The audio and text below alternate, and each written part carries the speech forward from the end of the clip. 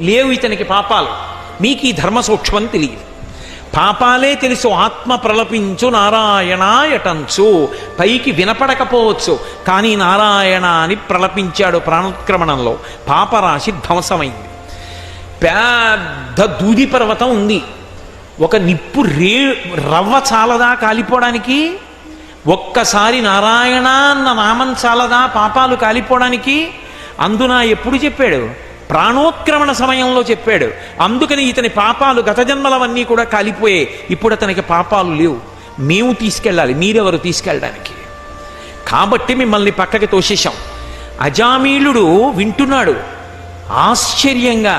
ఇన్ని పాపాలు చేసిన నేను చివర నారాయణ అన్నందుక నాకింత పుణ్యం. తెల్లబోతున్నాడు. వాళ్ళు మాట్లాడుతూ చెప్తున్నారు, నామము చాలా తక్కువ అని భావన చెయ్యవద్దు. నామ సంకీర్తనము ఎంత గొప్పదో తెలుసా? భగవన్నామము చెప్పడానికి పెట్టి పుట్టి ఉండాలి. అది లేనినాడు ఆ నామం చెప్పేటటువంటి అదృష్టం పట్టదు. ఎందుచేత నామము చెప్పడం అంత గొప్పదైందో వాళ్ళు చెప్పారు. చెప్పి వాళ్ళు అన్నారు, కూలిన చోట, కొట్టబడి కుండిన చోట, మహాజ్వరాదులన్ ప్రిలిన చోట, సర్పముఖ పీడలు పొందిన చోట, ఆర్తులై తూలిన చోట, విష్ణు భవదూరుని పేర్కొని రేనియ కాలుని